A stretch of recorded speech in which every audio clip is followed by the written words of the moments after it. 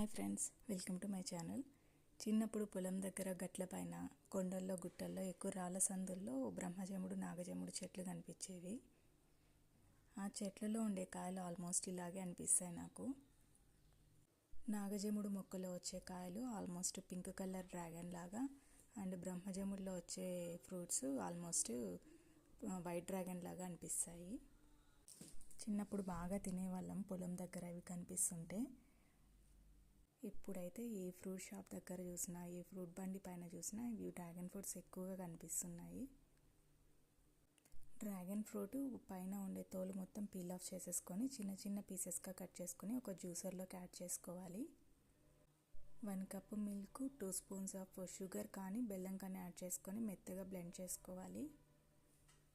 Blend చేసుకున్న తర్వాత ఒక గ్లాస్లోకి వేసి సర్వ్ చేసుకోవడమే ఎంతో టేస్టీగా ఉండే dragon fruit milk shake ready. Thank you.